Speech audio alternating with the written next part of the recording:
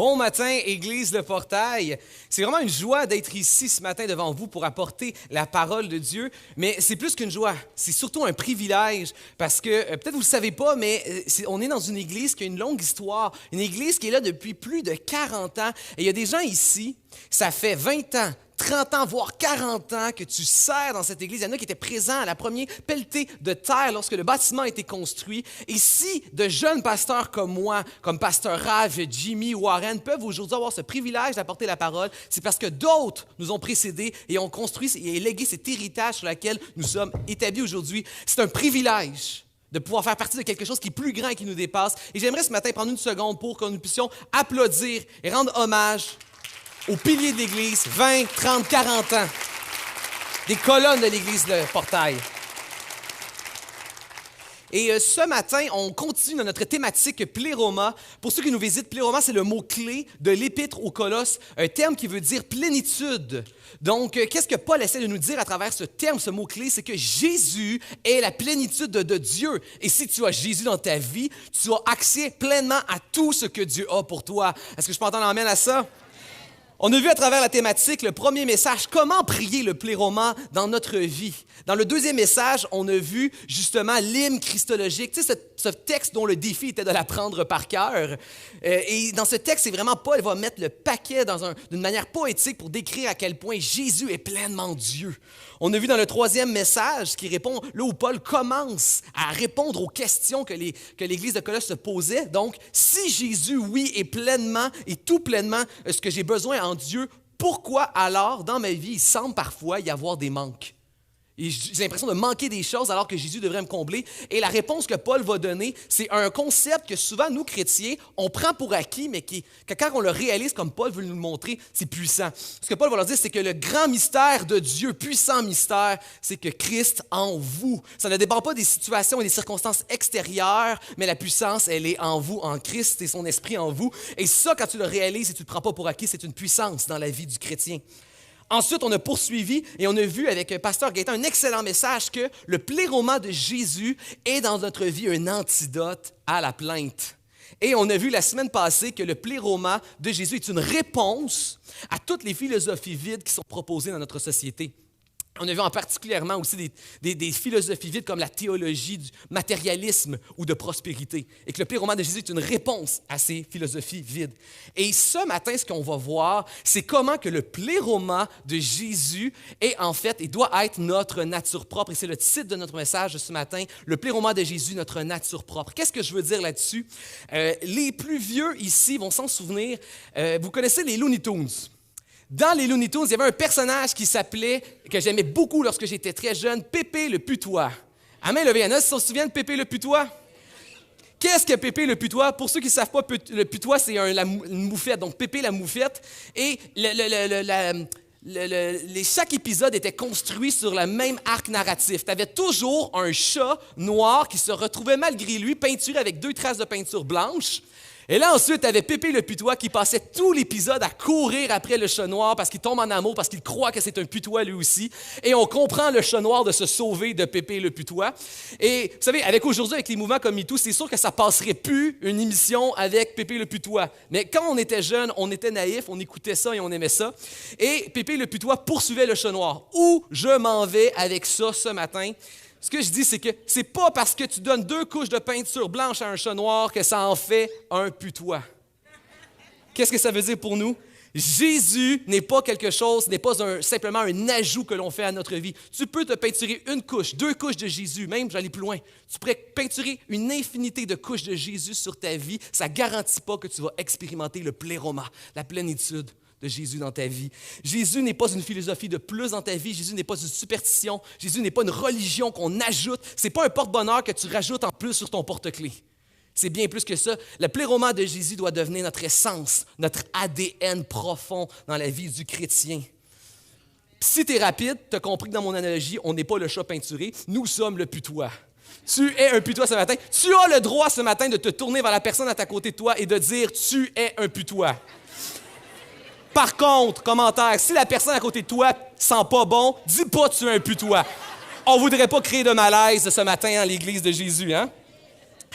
Donc, dans le texte qu'on va voir ce matin, on va voir Paul qui va essayer de nous faire comprendre quelle est notre nature du pléroman de Jésus et il va passer le passage à identifier et débusquer dans nos vies des obstacles qui nous empêchent de vivre pleinement le pléroman de Jésus dans nos vies et aussi, il va nous donner aussi des pistes de réflexion afin de nous inspirer à davantage vivre la plénitude en Jésus-Christ. Est-ce que vous êtes avec moi ce matin pour passer à travers cette lecture? On va lire portion par portion et ensuite, je vais commenter. Donc, commençons avec Colossiens chapitre 3, les versets 5 et 6. « Faites donc mourir ce qui n'est que terrestre, l'inconduite sexuelle, l'impureté, les passions, les mauvais désirs et l'avidité qui est l'idolâtrie. C'est pour cela que la colère de Dieu vient sur les rebelles. » Pour mon premier point, le premier conseil que Paul donne, c'est « faites mourir ». Faites mourir ce qui n'est que terrestre. Faites mourir littéralement ce qui vient de la terre. Ici, on voit que Paul commence avec ce qu'on appelle une liste, comme une liste d'épicerie, mais une liste de vices, une liste de péchés, une liste de choses qui ne sont pas correctes. Et surtout, comme vous l'avez remarqué, d'ordre sexuel. Qu'est-ce que Paul est en train de dire ici? Lorsqu'on lit la liste, on voit tous les différents vices que Paul nomme sont connectés les uns avec les autres. Et Paul termine avec l'avidité, le désir de posséder, la convoitise qui est une idolâtrie. Qu'est-ce que Paul veut dire ici? Paul veut dire que dans la vie, le désir sexuel est fondamentalement une idolâtrie. Pourquoi? Parce que la sexualité est un don précieux cadeau de Dieu. Et tous les couples mariés disent « Amen ». La sexualité est un don bénissant et précieux donné par Dieu, mais le problème, c'est lorsque le cadeau et le don devient plus important que le Dieu qui a donné le don et le cadeau. C'est un peu comme moi et ma femme. Bientôt, c'est la Saint-Valentin, et c'est comme si ma femme aimait plus les cadeaux que je lui offre que moi-même, qu'elle aime plus les bijoux, les fleurs et le chocolat. On le sait que je vais régler le problème, je ne vais pas la couvrir de bijoux et de fleurs et de chocolat. Donc, c'est sûr qu'elle va m'aimer juste pour moi. Mais vous comprenez que si ma femme aimait plus les cadeaux que moi, il y aurait un problème dans notre couple et dans notre relation. C'est pareil avec Dieu. Le don, le cadeau sert à exprimer et souligner l'amour, mais il ne peut pas remplacer l'amour.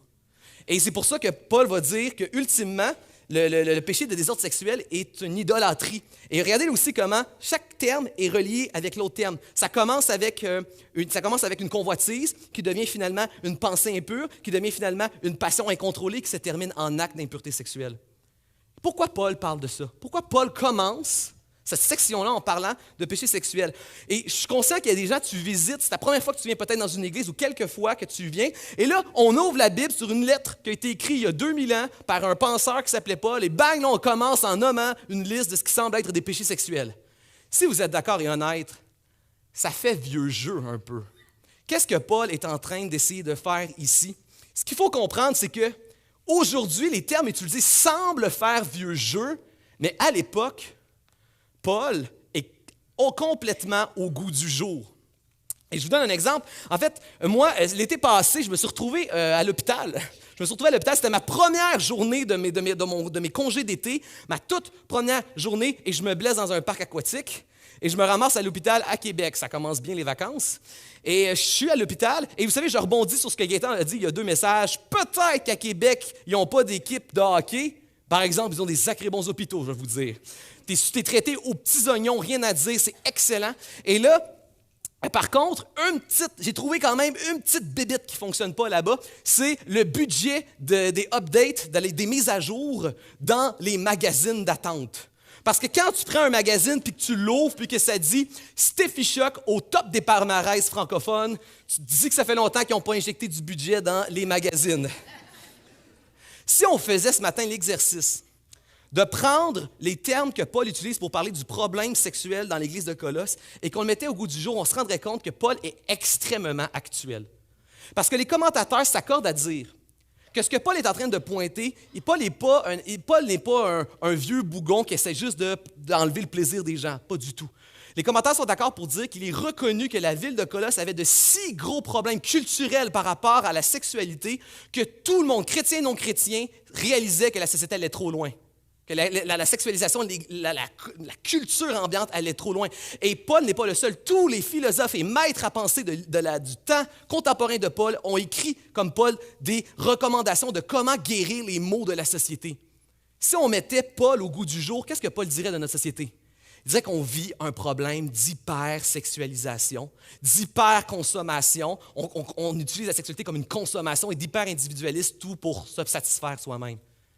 Et n'importe quel sociologue ou sexologue dirait pas mal les mêmes choses que Paul, ou pas dans les mêmes termes, mais en viendrait avec le fait que nous vivons dans une société qui a des gros problèmes de consommation et de sexualité.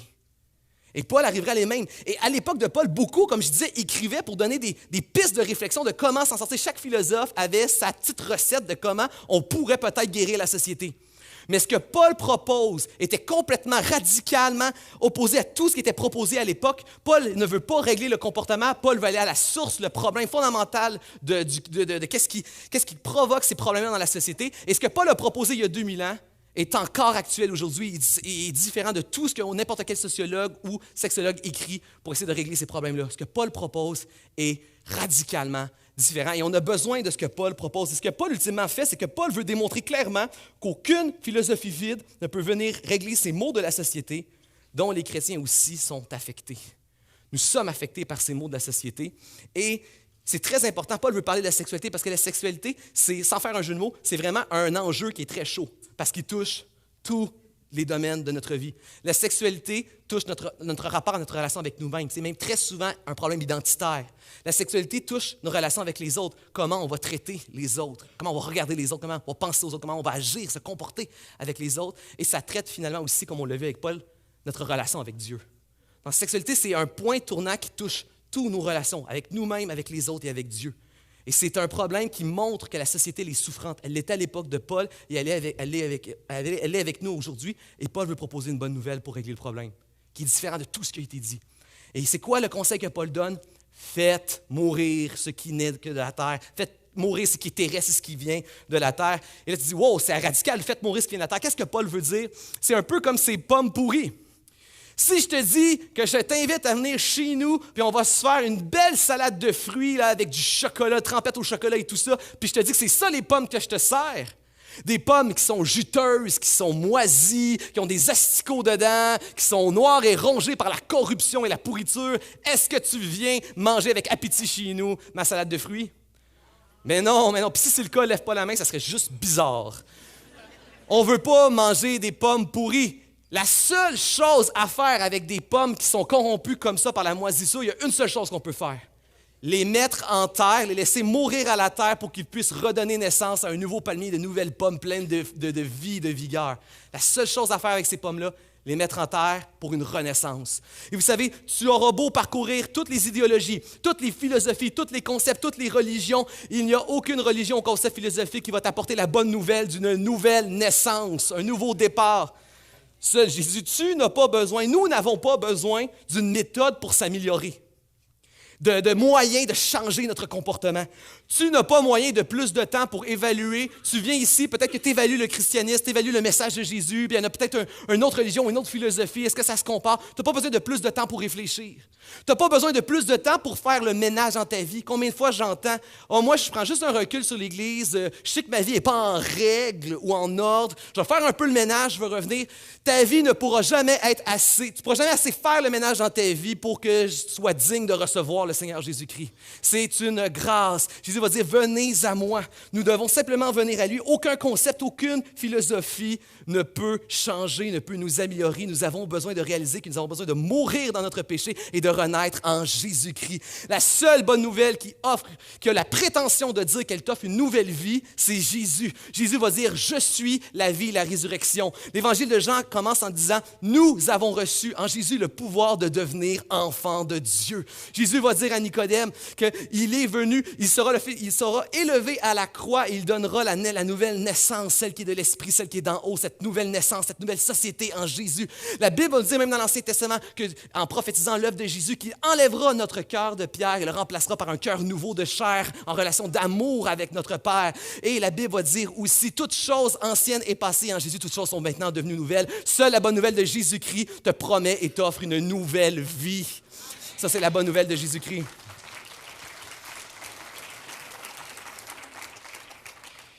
Et là, ensuite, une fois que tu réalises que Jésus est celui qui te donne une nouvelle vie, Paul ensuite poursuit et là, il devient concret et il nous offre une illustration, une image tellement puissante de l'œuvre de Jésus dans nos vies. Et voici, on poursuit avec les versets 7 à 10. C'est à cela que vous vous adonniez autrefois, lorsque vous viviez ici. Mais maintenant, vous aussi rejetez tout cela. Colère, animosité, malfaisance, calomnie, paroles choquantes sortant de votre bouche. Ne vous mentez pas les uns les autres. Vous vous êtes dépouillés de l'homme ancien avec ses agissements, certaines traductions vont dire avec ses habitudes, et vous avez revêtu le nouveau qui se renouvelle en vue de la connaissance selon l'image de celui qui l'a créé. Amen. Qu'est-ce qu'ici? Ici, c'est intéressant parce que alors que dans la première partie, Paul parlait plutôt de péché d'ordre sexuel, ici, là, on tombe vraiment plus dans les relations, hein? Notre côté hyper-individualiste, juste nous, et notre côté hyper-consommation, où on consomme les relations. Qu'est-ce que je veux dire ici, en fait? C'est quoi le lien entre l'hyper-consommation et les relations? C'est, pour le dire autrement, je le dirais comme si, c'est notre faculté, notre manière de traiter nos relations, mais en termes économiques. Qu'est-ce que ça veut dire? On traite les gens pour qu'est-ce qu'ils peuvent nous rapporter. Puis on va les traiter aussi en fonction de qu'est-ce qu'ils ne peuvent pas nous rapporter. Et quand on agit comme ça, on agit simplement pour notre bien à nous, notre ego à nous, et on traite les gens en termes économiques.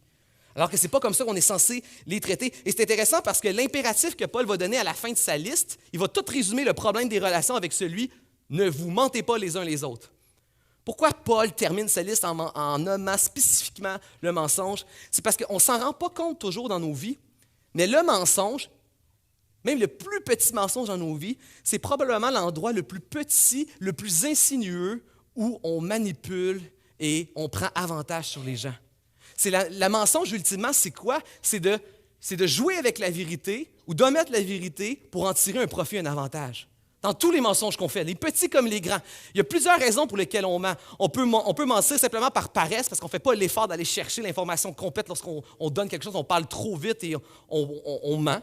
Des fois, on va mentir pour se couvrir, hein, pour cacher une faute qu'on a faite. Parfois, on va mentir parce qu'on juge que l'autre est capable de recevoir ou de ne pas recevoir. Donc, on juge l'autre, on le fait pour se couvrir, on le fait pour plusieurs raisons, mais tout le temps, on le fait pour en tirer un profit et un avantage sur l'autre, en manipulant la vérité.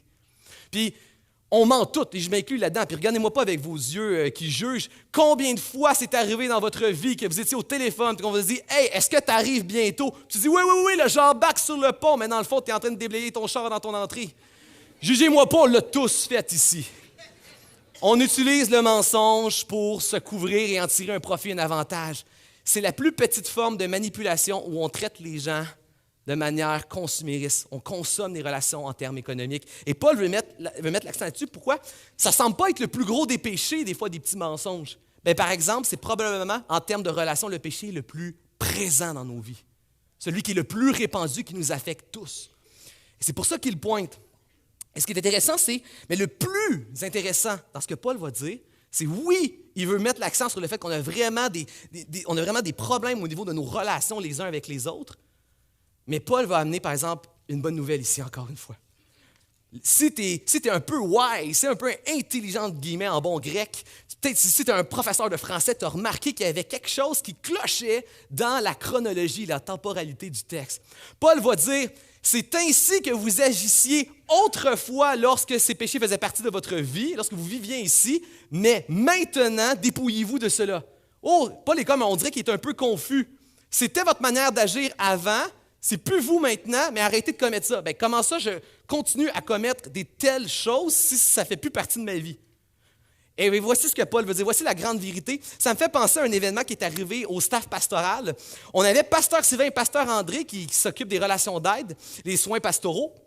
Et là, un moment donné, tu avais pasteur Sylvain qui était là, qui disait « Oh, boy, je suis vraiment un épais. » Il avait fait une erreur, puis là, il était comme « Je suis vraiment un épais. » Puis vous savez comment que les soins pastoraux sont vraiment intenses, ces gars-là, dans les émotions, puis tout ça. Puis là, t'as pasteur André qui regarde Sylvain et dit « Non, toi, regarde-moi dans les yeux, là. Regarde-moi dans les yeux. T'es pas un épais. T'es pas un épais. » Ce que tu as fait, par exemple, ça, c'est vraiment épais. Tu as vraiment fait quelque chose d'épais.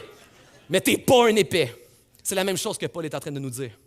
Bien-aimé, Paul est en train de dire « Il t'arrive de pécher. Il t'arrive d'avoir ces anciennes habitudes qui ressurgissent de ton ancienne vie. Tu as des mauvaises habitudes. Tu as le péché qui ressurgit. Il t'arrive de pécher, mais tu n'es pas un pécheur. Peu importe le péché auquel tu es au prix ce matin, tu n'es pas ton péché si tu as reçu Jésus-Christ. Tu es perçu par Dieu comme un bien-aimé, saint, sans défaut, sans reproche. On l'a assez prêché dans ce message-là. C'est une thématique qui revient dans Colossiens chez Paul. C'est bien-aimé, tu es saint, sans défaut, sans reproche. Dieu te voit comme il voit son Fils, un bien-aimé en qui il a mis toute son affection. Tu ne peux rien faire pour gagner plus ou perdre avec Dieu. Tu es bien-aimé. Et il t'arrive de pécher, mais tu n'es pas ton péché. Tu es un saint qui pêche, tu n'es pas un pécheur qui pêche. Et ça, c'est important pour Paul qu'on le découvre. Et ce que Paul veut essayer de nous faire réaliser, par contre, c'est que pourquoi on veut stopper les anciennes habitudes? Paul va dire, il va utiliser l'image de se dépouiller, comme de enlever des vêtements. Et pourquoi Paul utilise cette image-là? C'est que cette image-là sert à rendre compte de deux réalités dans la vie chrétienne. La réalité de notre relation personnelle avec Dieu et, comme on l'a vu, notre relation avec les autres. Dans notre relation personnelle, ce que Paul dit, c'est que lorsque tu as reçu la nouvelle naissance en Jésus-Christ, ta nature, elle a changé. Même si tu ne le sens pas à l'intérieur de toi, ta nature, elle a changé. Dans les lieux célestes, dans ce qui est spirituel et invisible, ton statut a changé. Exactement comme quand tu tombes en couple ou tu te maries, sur Facebook, tu mets en couple, tu ne le sens pas, tu ne le files pas, mais ton statut social a changé. Dans ce qui est invisible et virtuel, ton statut a changé. Dans l'esprit, ce qui est invisible dans les lieux célestes, ton statut a changé lorsque tu reçois Jésus. Dieu ne te voit plus pareil. Ce n'est pas quelque chose que tu vois, ce n'est pas quelque chose que tu sens, mais ton statut a changé. Et lorsque ton statut a changé, tu es en Jésus, Paul dit maintenant, débarrasse-toi de ce qui n'est plus ta nature, parce que tu as reçu la nouvelle nature qui est le pléroma en Jésus, la plénitude. Et Paul utilise le terme du vêtement parce qu'il dit, lorsque tu laisses les anciennes habitudes te revêtir comme un vêtement, voici ce qui arrive. Elles viennent étouffer dans ta vie ta nouvelle nature.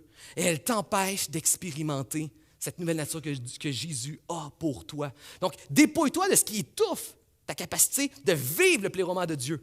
Et ça, c'est pour ta relation personnelle avec Dieu. Mais dans ta relation sociale, avec les gens autour de toi, Dieu dit, Paul utilise encore l'image du vêtement parce que ce qu'il montre, c'est que les vêtements des anciennes habitudes, elles, ce qu'elles font, c'est qu'elles viennent cacher ta nouvelle nature. Elles cachent ton témoignage. Elles cachent que la société a le plus besoin de voir des vies, des hommes et des femmes transformés par Jésus-Christ, qui ont une réponse christologique centrée sur Jésus, qu'ils ont une réponse aux maux de cette société, de voir un Jésus qui transforme des vies et qui répond à ce qui fait douleur dans notre société. Et ce que Paul va dire, c'est que lorsque tu laisses les anciens habits, les anciennes habitudes de ta vieille nature, probablement, elles t'étouffent, elles t'empêchent de vivre ta nouvelle nature à Dieu, mais aussi elles cachent et camouflent ce que Dieu peut faire dans ta vie aux autres. Et c'est pour ça que Paul, pour les gens qui t'entourent, mais aussi pour toi, nous avons besoin d'apprendre à enlever les vêtements qui nous étouffent et qui nous cachent. Et ça, c'est une image qui me fait vraiment penser à un événement qui arrive dans la vie de tous les couples qui se marient un jour. Et je m'explique. La plus grande puissance dans la vie d'un homme pour le changer radicalement, c'est quoi? L'arrivée d'une madame.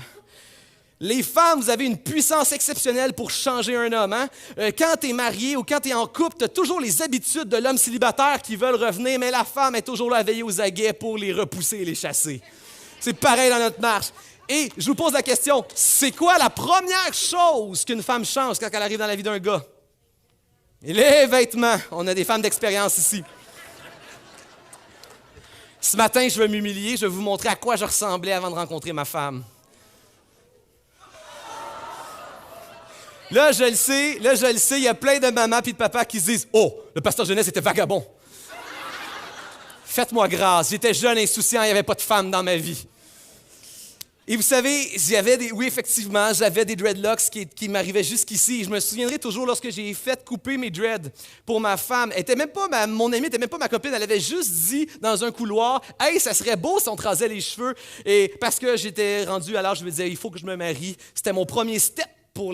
Mon première étape pour pouvoir la charmer, ça a été d'aller couper mes dreads. Et je me souviendrai toujours, j'étais dans le salon de coiffeur et la coiffeuse avait mal de me couper mes dreads. C'est comme ça me coupait un doigt, un membre. Là. Et elle était comme à chaque fois, « Oh non, je peux pas faire ça. » Puis elle pleurait mes dreads un à un. Et elle a même essayé de me convaincre de ne pas couper mes dreads. Ils étaient un année, là, ils étaient rendus comme 3 coiffeurs autour de moi. Elle me disait, t'es sûr, là, t'es sûr? Là. Ils essayaient de me faire reculer. Là, je disais, non, il faut que je passe à autre chose dans ma vie. Et quand j'ai coupé mes dreads, elle m'a dépouillé de tous ses membres et ses vêtements de mon ancienne vie de célibataire. Et lorsque je suis venu pour partir, elle en a pris un à terre. Elle a dit, tu veux-tu partir avec un souvenir? Je dis, non, j'ai pas besoin de souvenir de mon ancienne vie. Je passe à autre chose. De toute façon, ça serait juste trop douloureux de le garder. Je n'en aurai plus jamais avec ma femme, je le sais, c'est fini. Mais je vais être franc avec vous. Parfois, au fin fond, quand j'entends une petite musique, un petit rythme reggae qui sort en arrière, pour les connaisseurs, un bon ragamuffin rhythm. Il y a comme une ancienne habitude qui ressort, un désir de danser qui ressort. Et là, je les imagine, je les sens comme s'ils étaient encore là, mes dreads se balancer au rythme de la musique. Je les sens réellement. Il y a de ces contextes, frères et sœurs, il y a de ces contextes qui sont puissants pour faire ressortir les vieilles habitudes. Même si elles ont disparu, elles sont comme encore vivantes en nous. C'est exactement l'image que Paul veut nous lancer. Vous savez, à titre de pasteur jeunesse, j'ai le privilège d'avoir beaucoup de jeunes qui viennent demander conseils dans des sphères de leur vie. Et un conseil que je reçois souvent, c'est des jeunes hommes qui osent franchir l'étape de venir me voir et de me dire « Pasteur, j'ai des combats avec la sexualité et la pornographie. Quels sont les conseils que tu peux me donner pour m'en sortir? » Et ce que je dis toujours, et c'est le même conseil que Paul donne ici dans ce texte-là, c'est « J'ai 2 conseils pour toi. Le plus important, c'est le deuxième. Mais commençons par le premier. » Et ça s'applique à tous les combats que nous avons dans nos vies avec ces anciennes habitudes qui essayent de nous recouvrir. Le premier conseil, qui est raccord avec ce que Paul dit ici à cet instant, c'est comme la musique fait ressortir ces vieilles habitudes de danse rastafarienne, c'est premièrement, apprends à identifier les contextes dans ta vie qui font ressortir les vieilles habitudes dont tu essaies en Jésus-Christ de te découvrir, de te dépouiller. Apprends à identifier les contextes. Des fois, ça peut être des humeurs, dans un certain, entre parenthèses, mood d'émotion dans lequel tu te sens que tu vas aller te réfugier dans une ancienne habitude. Des fois, c'est des situations, des contextes, des cadres. Des fois, c'est des endroits que tu fréquentes qui ont cette puissance-là de faire ressortir des vieilles habitudes. Parfois, c'est certaines personnes qui savent très bien comment aller chercher les anciennes habitudes en toi. Parfois, c'est certaines activités et divertissements. Tu dois apprendre à identifier les contextes qui font ressortir les vieilles habitudes. Mais le deuxième point, c'est lui le plus important que je donne. Tu dois changer de perspective. Tu dois réaliser quelle est ta nouvelle identité en Jésus-Christ et tu dois rendre louange et action de grâce pour cette nouvelle identité et c'est cette louange qui va te donner puissance sur le péché. Je m'explique. Quand tu vas tomber la prochaine fois, tu vas être en échec. Et je le dis parce que c'est vrai, tu vas retomber, tu vas revivre un moment d'échec dans ta vie. C'est la vie du chrétien de vivre des échecs. La prochaine fois que tu es en échec, ne te mets pas dans la position, dans la posture devant Dieu d'apitoiement et de misérabilité. Ne dis pas « Oh Seigneur, à quel point je suis minable, à quel point je suis mauvais, à quel point je suis coupable. » Jésus, à la croix, a pris toute ta culpabilité et en Jésus, il n'y a plus aucune condamnation. Tu ne te mets pas dans la posture de la culpabilité. Jésus l'a pris à la croix. Tu te mets dans une autre posture. Tu te mets dans la posture de la contemplation et de la louange de la grâce de Dieu parce que c'est à ce moment-là que la grâce prend tout son sens. Je ne mérite pas cette grâce, j'ai manqué. Je ne mérite pas cette grâce, mais le Seigneur me donne gratuitement, avec plein d'amour, cette grâce. Il n'y a rien que je peux faire pour être plus aimé pour Dieu et je ne peux rien faire pour être moins aimé par Dieu. Absolument rien. C'est la grâce de Jésus, elle prend tout son sens là. Et je dis, quand tu échoues, réalise à ce moment-là comment que la grâce de Dieu, elle est bonne et loue-la, adore-la, élève-la. Et cet encouragement et cette action de grâce, cette reconnaissance dans ta vie va donner une nouvelle force et puissance pour avancer et finalement marcher dans le chemin de la liberté à laquelle nous sommes appelés en Jésus-Christ. On n'a pas besoin d'un état où on se dit à quel point nous ne sommes pas bons et à quel point notre péché est grand. On a besoin de se mettre dans un état qui dit à quel point la grâce de Dieu, elle est grande. Dieu est grand, il surpasse tout péché. Et dans le fond, je suis pas bon, je suis petit, mais c'est de focusser sur la grandeur de Dieu et la force de sa grâce. C'est cette posture-là dans laquelle nous devons nous mettre et à laquelle nous sommes appelés. Paul n'est pas intéressé par le comportement. Paul n'est pas un moraliste comme les maîtres à penser et les philosophes qui écrivaient à son époque. Paul veut juste nous apprendre quelle est notre nature en Dieu. Il veut nous apprendre aussi comment faire de la place dépouillée pour être justement encore mieux rempli par Jésus, vivre, expérimenter. Il sait qu'est-ce qui nous attend lorsque nous sommes pleins de Jésus. Et c'est ça justement la suite, le verset clé de notre passage. Le verset clé de notre passage qui est le verset 11. Il n'y a là ni grec, ni juif, ni circoncis, ni incirconcis, ni barbare, ni scythe, ni esclave, ni homme libre. Mais le Christ est en tout et en tous. Le Christ est tout et en tous. C'est la parole de Paul. Et ici, là, on voit un autre conseil de Paul qui est sous-entendu, qui revient dans presque tous les épîtres de Paul. Soyez remplis de Jésus, soyez remplis de Dieu, soyez remplis de son esprit. Soyez remplis, c'est la clé de Paul. Réalisez, il revient encore comme le grand mystère, Christ en vous, réalise la puissance de Dieu en toi. Réalise. Et pourquoi c'est si important? Et c'est intéressant de voir comment Paul le montre. Ce que Paul fait ici, c'est que Paul va nommer, encore une liste, Paul aime bien les listes, Paul va nommer différentes ethnies, puis pour chaque ethnie, il va nommer un élément culturel qui pourrait être considéré soit comme un plus, un avantage de cette culture-là, de cette ethnie-là, ou un manque. Un manque, quelque chose qui est considéré comme un manque. Paul va nommer les Juifs circoncis, les Grecs incirconcis, les barbares libres, les Scythes esclaves. Et si on le contextualisait, c'est un peu comme si Paul est en train de reprendre des pensées populaires pour essayer de briser les pensées populaires qui ne sont pas la bonne nouvelle de Jésus-Christ. C'est comme si Paul disait « Québécois, né pour un petit pain. Américain, big. Doit régner sur le monde. » Mentalité qu'on pourrait penser. Mais ultimement, ce que Paul veut nous apprendre dans la bonne nouvelle de Jésus-Christ, parce que Paul a encore une bonne nouvelle ici pour nous, c'est qu'il n'y a aucune nation dans le monde qui a quelque chose à offrir de plus que Jésus peut offrir. Et il n'y a aucune nation qui manque quelque chose, un manque que Jésus ne peut pas combler. Et ultimement, ce que Paul veut nous apprendre, c'est que Jésus est pour tous. Que Jésus est capable de nous unir ensemble, tous ensemble, et que Jésus peut tous nous combler parfaitement et pleinement, peu importe qui nous sommes, de quel horizon nous venons. Vous savez, l'Église, à ce moment-là, est un puissant témoignage de la bonne nouvelle de Jésus-Christ. Il n'y a aucune institution comme l'Église où il y a autant de nations qui sont réunies ensemble et unies dans un nom et dans un seul esprit. De tout âge, de tout horizon, de toute nation, nous sommes unis ensemble. Et ça, c'est un témoignage puissant de la bonne nouvelle de Jésus-Christ, qui a une œuvre réelle et surnaturelle que Dieu fait ici, dans notre unité ensemble. Et je ne parle pas d'uniformité. La Bible ne prêche pas l'uniformité, une seule manière de faire. Elle prêche l'unicité. Malgré notre diversité d'horizons, nous sommes unis pour la cause du Seigneur Jésus-Christ. Entendez, amène à ça.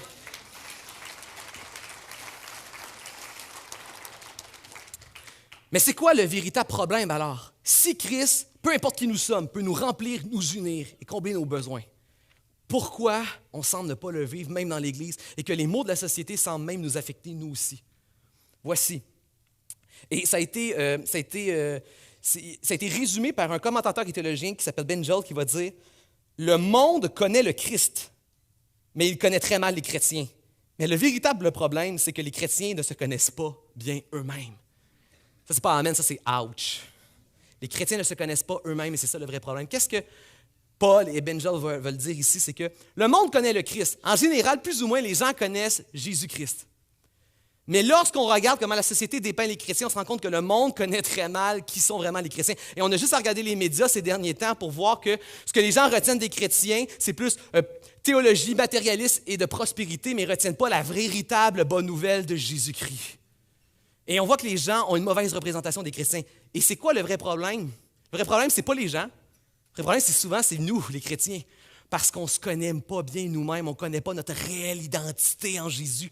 Et ce que Paul est en train de dire ici, en fait, c'est que Paul est en train de mettre exactement le doigt sur la chose qui peut être, écoute-moi bien ça, c'est important, la chose qui peut être la plus grande force d'un chrétien quand il connaît réellement son identité en Jésus, mais qui peut être aussi la plus grande faiblesse du chrétien lorsqu'il ignore son identité réelle en Jésus. Plus grande force ou plus grande faiblesse du chrétien se joue là. Comment connais-tu toi-même ton identité en Jésus? Et pour ça que Paul met l'emphase, le centre de cette portion-là, c'est Jésus tout en tous. Et ça me fait penser, vous savez, moi, je ne me suis jamais personnellement considéré vraiment comme un Québécois. Là. Un Québécois, non, moi je suis Québécois, vive le Québec libre. Je ne me suis jamais senti comme ça. Depuis que je suis né. Même tu m'aurais dit où tu vas vivre plus tard, je disais, où Dieu m'appellera, je me sens à l'aise d'être un missionnaire qui irait dans n'importe quel pays de la terre. Moi, je suis à l'aise avec ça. Un espèce de pasteur sans frontières, un esprit libre, appelle-moi comme tu veux. Je ne me suis jamais senti particulièrement québécois. Mais ça a changé à un moment donné dans ma vie. Il a fallu que je voyage longtemps ailleurs pour ça. J'étais dans mon voyage de noces avec ma femme et on est allé vivre une couple de mois dans un village perdu, dans une île perdue, dans l'immensité de l'Asie. Et là, on était là-bas et on mangeait là-bas, on essayait de s'intégrer localement, puis on mangeait dans des petits restaurants de coin de rue, on mangeait de la nourriture de rue, on mangeait dans ce qu'on appelle des war rooms là-bas. Et là, Puis elle va te dire que la viande, c'était petit, c'était caoutchouteux. C'était correct à cause de la sauce, puis tout ça, mais c'était ça. Et on mangeait cette nourriture-là, on n'était pas trop malade, c'était correct. Et là, là-bas, on avait payé un guide pour qu'il nous fasse faire le tour, qui nous explique un peu tout, un gars de la place. Là, on injectait l'économie locale. Et le gars nous fait le tour, il nous présente tout, il nous explique tout ça. Puis là, un moment donné, tout bonnement, il y avait quelque chose que j'avais remarqué quelque temps. Ça faisait un bout que je voyais, puis ça, c'était systématique. Là. Tous les chats encore des chats. Tous les chats que je voyais avaient toujours pas de queue, juste comme un mognon. Il y en a qui commencent à me voir venir. Hein? Fait que là, un moment donné, tout bonnement, je pose la question à mon guide, juste comme ça, j'y pensais pas, c'était assez innocent. J'aurais peut-être pas dû poser la question. Je dis, pourquoi les chats n'ont pas de queue? Ici, c'est quelque chose comme une cérémonie ou je sais pas, il y avait vraiment beaucoup de cérémonies religieuses. Y a-t-il un rapport? On coupe leur queue à la naissance, je sais pas. Là, mon guide, il me répond, d'où c'est que tu penses qu'elle vient, la viande que tu manges dans les petits restaurants? J'ai mangé du chat. Et c'est là que je me suis jamais senti autant québécois de toute ma vie. Au Québec, on ne mange pas ça, du chat. Au Québec, un chat, ça règne dans une maison. Le chat, là, c'est pas ton animal. Là. Il est ton propriétaire de ta maison. Un chat, c'est aussi cute. On mange pas ça, du chat. Je me suis beaucoup identifié, désolé du pléonasme, mais je me suis vraiment beaucoup identifié aux Québécois, à cette valeur-là québécoise, à ce moment-là. Du chat, on ne mange pas ça. Mais quand ça arrive, c'est pas si pire.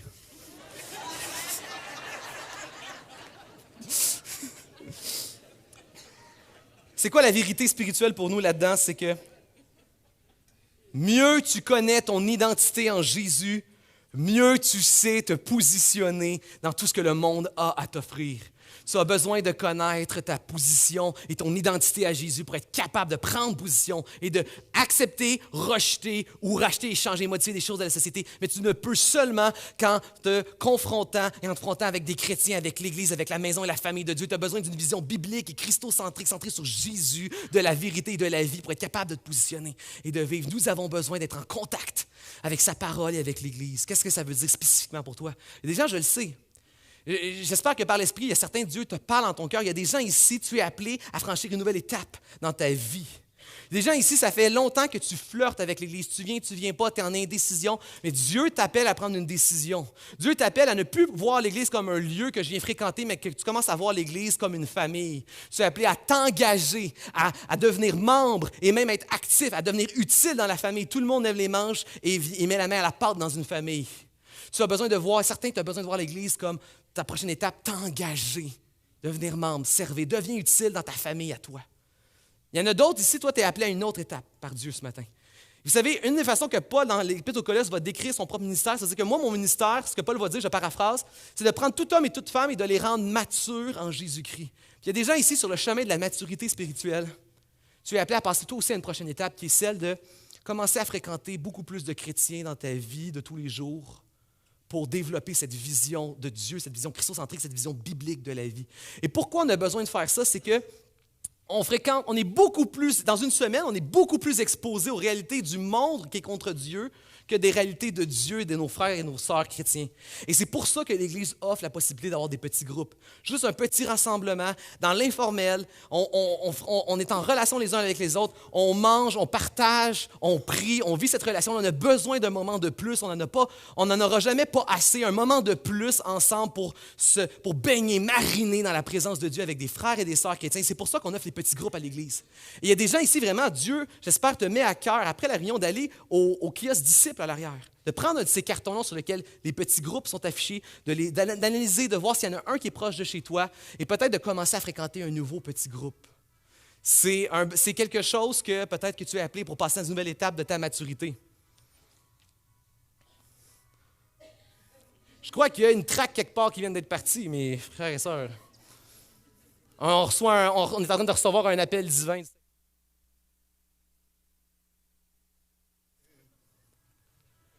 Non, ça c'était mon micro à moi. Génial. Donc, nous sommes appelés à passer à une nouvelle étape dans la maturité à laquelle nous sommes appelés en Jésus-Christ. Est-ce que je peux entendre un amen pour ça?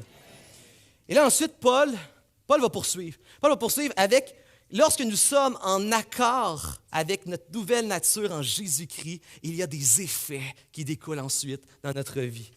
Et ça, c'est ce qu'on découvre dans les versets 12 à 15. « Ainsi donc, vous qui êtes choisis par Dieu, saints et bien-aimés, ça revient encore, revêtez-vous, maintenant qu'on s'est dévêtu, revêtez-vous d'une tendresse magnanime qui veut dire viscérale, profonde, qui vient des tripes, de bonté, d'humilité, de douceur, de patience. Supportez-vous les uns les autres. » Le contraire de l'individualisme. Supportez-vous les uns les autres. Et surtout, ça revient encore, faites-vous grâce. La grâce, toujours la grâce. Si quelqu'un a à se plaindre de vous, comme le Seigneur vous a fait grâce, vous aussi faites de grâce. Redonnons ce que Jésus nous a donné. Mais par-dessus tout, revêtez-vous de l'amour qui est le lien parfait. Que votre paix, que la paix du Christ à laquelle vous avez été appelés, en un seul corps, règne dans tout votre cœur et surtout soyez reconnaissants. C'est à quoi Paul nous appelle ici. Et c'est intéressant parce que, encore une fois, les maîtres à penser avaient cette tendance à faire la liste des choses à ne pas faire et ensuite faire la liste des choses à faire. Et Paul est en train de renverser les concepts. Pourquoi? Parce que entre les péchés d'ordre relationnel et cette belle liste que Paul nous parle, il y a quelque chose entre les deux qui se distingue de tout. Jésus, le pléroma de Jésus, Jésus qui remplit tout et tous. Et ça fait toute la différence parce qu'ici, Paul n'est pas en train de dire « Voici ce que tu dois faire pour devenir enfant de Dieu ». Paul n'est pas en train de dire « Voici la checklist pour être un bon enfant de Dieu » ou « Voici ce que tu dois réussir à accomplir si tu veux être considéré comme un enfant de Dieu ». Paul dit le contraire. Paul est en train de dire « Voici ce que tu peux maintenant faire parce que tu es un enfant de Dieu ». Ça fait toute la différence. Combien ici il y a de grands-parents. Tu te plais, grand-papa, grand-maman, à prendre tes petits-enfants et à cuisiner avec eux, à cuisiner de bonnes pâtisseries, ou de prendre ton petit-fils et de fabriquer une cabane à moineaux avec tes enfants. C'est un plaisir de partager. Vous savez, moi, je ne suis pas un grand-parent, je ne suis même pas un parent encore, mais je le fais lorsque je garde ma petite sœur, on cuisine avec elle. Vous savez, la cuisine est un désordre total. Le résultat n'est pas aussi beau que si on l'avait fait nous-mêmes, puis ça prend généralement encore plus de temps que si on l'avait fait tout seul. C'est plus facile de le faire tout seul. Mais pourquoi on choisit de le faire avec les jeunes enfants que nous aimons? Pourquoi? Est-ce qu'on les choisit pour leur qualification à faire de bonnes tartes ou de bonnes cabanes à oiseaux? Non, on les choisit parce qu'on veut leur donner le privilège et l'opportunité de profiter, de participer à une activité qu'ils ne pourraient pas faire sans nous. Vous savez, l'enfant ne serait jamais capable de faire une tarte tout seul. On lui permet, ou une cabane à moineaux, on lui permet de participer. C'est par amour et relation qu'on lui permet de faire. Vous savez, Dieu, depuis le début, il aurait pu tasser l'humanité puis faire tout seul. Jamais. Dieu a utilisé l'homme. Puis c'est pour ça qu'on a tout un livre au complet. On a une longue histoire, hein, l'être humain et Dieu. Une très longue histoire. Pourquoi? Parce que Dieu était convaincu depuis le début que c'est avec l'homme qu'elle allait travailler et marcher. Il n'allait pas nous tasser. Dieu travaille avec nous. Dieu est un Père qui marche avec nous. Vous savez, ce que Paul est en train de dire ici, c'est voici ce à quoi vous pouvez maintenant être capable d'aspirer avec moi. Comme un père qui marche avec son enfant. Les choses seraient sûrement mieux faites, les choses iraient sûrement plus vite. Des fois, dans nos vies, les choses ne seront pas toujours parfaites. Mais Dieu est avec nous. Il ne nous laisse pas tout seul et Dieu veut nous laisser participer à sa marche. Et ce que Paul est en train de dire ici, ce n'est pas voici ce que vous devez faire pour être bon. C'est voici ce que vous pouvez continuellement, graduellement, avec un processus, ce que vous pouvez maintenant aspirer lorsque vous marchez avec Dieu et que vous commencez à vivre la plénitude de Jésus-Christ. C'est ce que Paul veut nous enseigner. Et on doit réaliser que maintenant, on peut aspirer à vivre ces réalités-là. Et ce que Paul veut réaliser aussi, c'est que la société a des maux, des problèmes, des misères. Et lorsqu'un chrétien réalise son identité, il se laisse transformer par Dieu, il devient un témoignage puissant pour la société, un témoignage contre-culturel qui peut guérir la société. Et si on prend, mettons, le problème de l'hypersexualisation, lorsque l'Église commence à honorer le mariage et à élever la fidélité et commence à prendre soin de sa famille, de ses enfants, hommes et femmes, prendre soin de l'un et de l'autre, elle commence à être un témoignage puissant qui est contre-culturel contre le problème de l'hypersexualisation. L'Église devient... Et moi, personnellement, je travaille à temps partiel à l'Église, mais je travaille aussi à temps partiel dans un milieu qui est complètement non chrétien. Et je vous dis, à chaque fois, lorsque la discussion vient sur la sexualité, elle rebondit, on a des questions, elle finit toujours par rebondir sur moi. Et mon témoignage d'abstinence, de mariage, de fidélité et d'amour avec ma femme est toujours mon plus grand des témoignages. Plus puissant dans cette société, parce qu'elle est complètement anticulturelle. Et elle répond aux besoins de manière radicale d'un problème, d'un mot de la société. Si on prend le problème de l'hyperconsommation, du consumérisme et des relations individualistes, eh bien, on regarde à comment Paul nous donne un super beau modèle, un beau modèle céleste et divin de comment traiter nos relations. Paul va dire, on devrait rechercher dans l'Église et dans la vie, dans nos relations, l'unité totale. Lorsque Paul parle à la paix, vous avez été appelés. Il ne parle pas de la paix dans nos préoccupations, dans notre cœur. Paul dit en fait qu'on applique, c'est une façon de dire, appliquez tout votre cœur à rechercher la paix et l'unité. On parle d'une communauté chrétienne ici. Soyez en paix, soyez unis, soyez ensemble. L'amour qui est le lien le plus solide, soyez en paix les uns avec les autres. Le but est d'être en harmonie et en paix les uns avec les autres. Mais Paul va dire, pour y arriver, il faut que vous soyez motivés. L'amour doit être votre plus grande motivation. Souvent, on a l'impression qu'aimer Dieu, il faut être comme une espèce de vision monastique. Il faut être tout seul avec Dieu. Mais en fait, aimer Dieu et aimer les autres, c'est comme les deux ailes d'un avion ou d'un oiseau. Tu en enlèves une, ça ne vole plus. Si tu veux t'élever avec Dieu, dans l'amour avec Dieu, tu dois apprendre à aimer les autres. Plus tu vas aimer les autres, plus tu vas aimer Dieu, plus tu vas aimer Dieu, plus tu vas aimer les autres. C'est comme le contraire d'un cercle vicieux, c'est un cercle de bénédiction. Plus tu développes ton amour de Dieu, plus tu vas développer ton amour des autres et vice-versa. Tu as besoin des deux. L'amour doit être notre motivation. Apprends à aimer Dieu en aimant les autres. Donc, on cherche l'unité et l'harmonie. Notre motivation doit être l'amour. Et quel est notre moyen? Quelle est notre arme? La grâce. Vous savez comment on vit la grâce? Comment on redonne la grâce qu'on a reçue avec Jésus?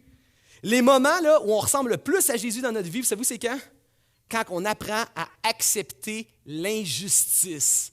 Tu sais, les fois là, où on est fâché, puis on a raison d'être fâché. Les moments où on est fâché, puis c'est l'autre qui est dans le tort, puis c'est complètement légitime de se plaindre. Complètement légitime. C'est ces moments-là exactement que lorsqu'on choisit la voie de l'amour et de l'unité qu'on ressemble à Jésus. Parce que Jésus n'était pas obligé de prendre notre faute, notre culpabilité, notre condamnation. En fait, on était totalement légalement perdus et responsables de nos actes, mais Jésus les a pris en entier sur la croix. Lorsque tu prends la faute de ton frère, de ta sœur, tu ressembles à Jésus, tu fais grâce. C'est pour ça qu'il va dire, comme Jésus vous a fait grâce, faites grâce. Il serait triste que les chrétiens qui ont reçu la grâce de Jésus soient ceux qui sont le plus radins à distribuer la grâce.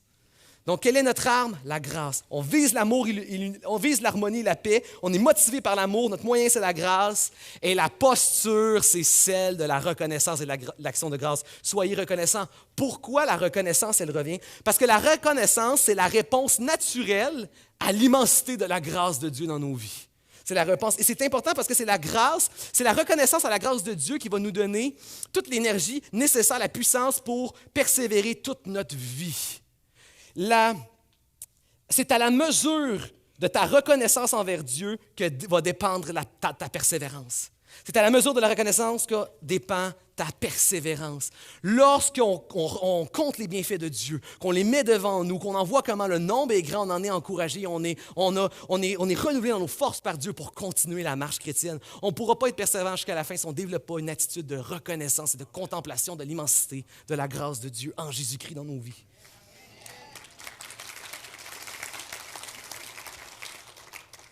Et c'est lorsqu'on réalise, tout comme Paul, le besoin de se dévêtir, de se dépouiller de nos anciennes habitudes pour faire plus de place, pour être rempli par les nouvelles habitudes de Dieu, qu'on en vient à ce 6e défi. Parce que vous savez, avec la thématique Pléroma, on essaie de proposer un défi participatif à chaque message. Et le défi de cette semaine, c'est celui-ci. Passer une semaine sans mentir. On suit Paul.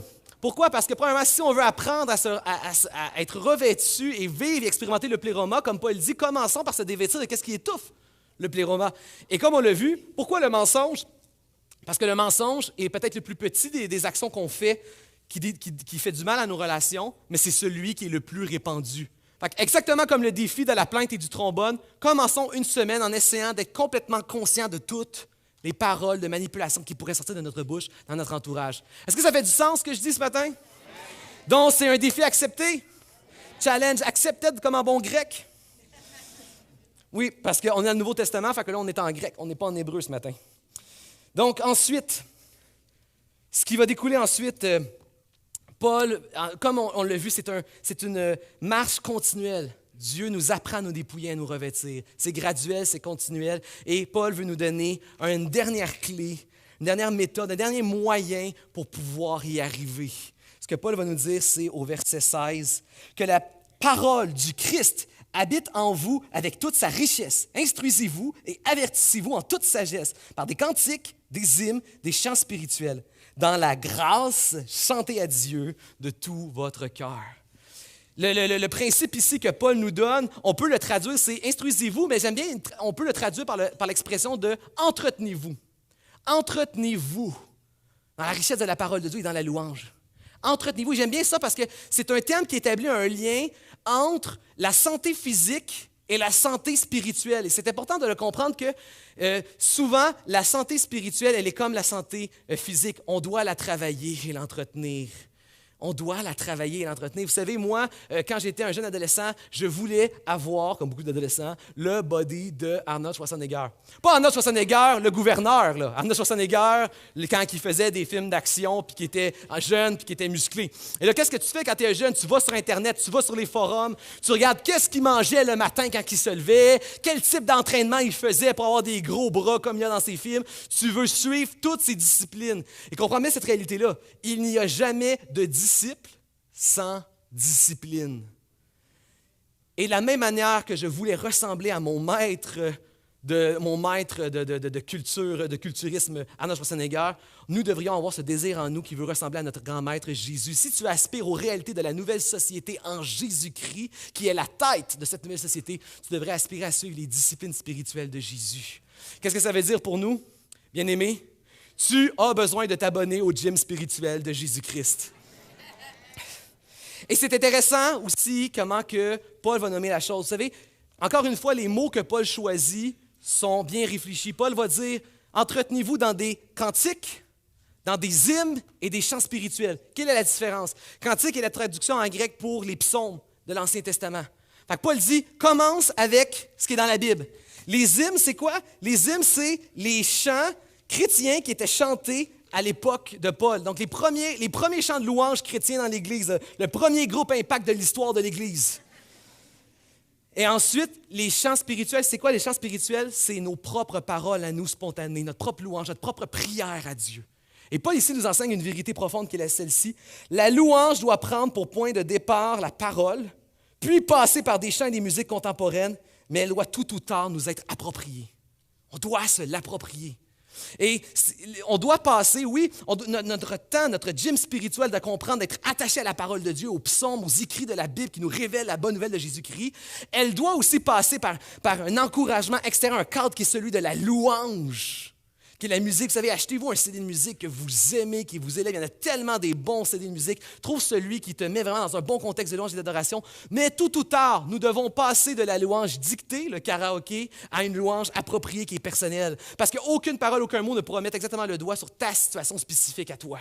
Il y a une révélation spécifique de Dieu sur la révélation de la bonne nouvelle de Jésus-Christ, mais un moment donné, tu dois en venir à tes propres mots. Tu dois répondre à cette grâce, répondre à cette bonne nouvelle. Elle doit venir de ton propre cœur, de ta propre situation. Dieu va entendre comme un père ce que toi tu vis. On doit passer à un moment donné à notre propre louange à nous. Et c'est important, on ne doit pas passer toute notre vie sur la louange d'un autre. On doit passer sur notre propre louange. Et à ce moment-ci, j'inviterai les musiciens à s'avancer. Et c'est sur cette note-là, d'apprendre à passer sur notre propre louange et de répondre à la grâce de Dieu, que Paul va terminer avec le dernier verset. Un verset qui résume tout l'enseignement de Paul.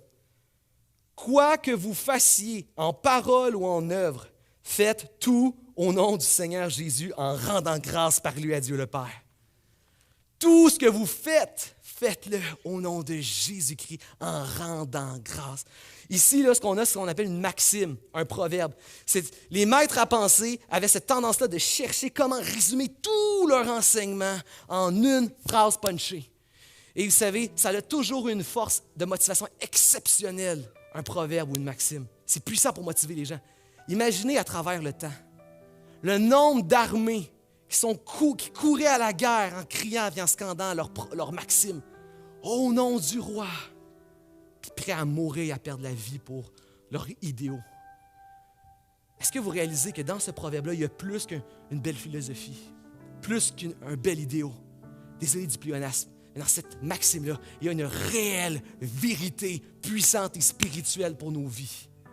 faites tout au nom de Jésus. Ce que tu fais en public, ce que tu fais tout seul, ce que tu fais dans ton auto ou chez toi, dans peu importe l'activité, le lieu, même quand tu te divertis, que quand tu fais quelque chose de solennel et sérieux dans toutes les situations, au travail comme à l'église, faites tout dans le nom de Jésus. Que votre vie soit tratrage, tout a toujours rapport avec Jésus.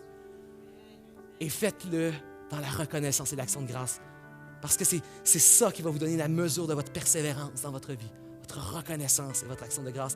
Et ça, l'action de grâce, la vraie reconnaissance, c'est quelque chose qu'on a perdu dans l'Église. Parce que souvent, notre louange et notre adoration, elle est faite à l'inverse. Elle est faite pour obtenir quelque chose de Dieu. On pense que par notre louange, on va faire de la pression à Dieu. Ça ne marche pas comme ça. Trop de chrétiens, lorsqu'on rentre dans la louange, tu loues pour être plus aimé par Dieu. Tu loues pour être plus béni par Dieu. Tu loues pour invoquer Dieu, pour que Dieu soit présent dans ta vie. Mais il faut que tu réalises qu'en Jésus-Christ, tu es pleinement aimé par Dieu. Tu es bien aimé de Dieu en Jésus-Christ. Il faut que tu réalises que lorsque tu es en Jésus-Christ, tu es pleinement béni de toutes les bénédictions spirituelles en Jésus. Il faut que tu réalises que lorsque tu loues Jésus, en Jésus, tu es déjà pleinement rempli de la présence de Dieu. Tu as tout pleinement en Jésus-Christ. Nous devons passer d'une louange qui loue pour quelque chose à une louange qui loue parce que Jésus.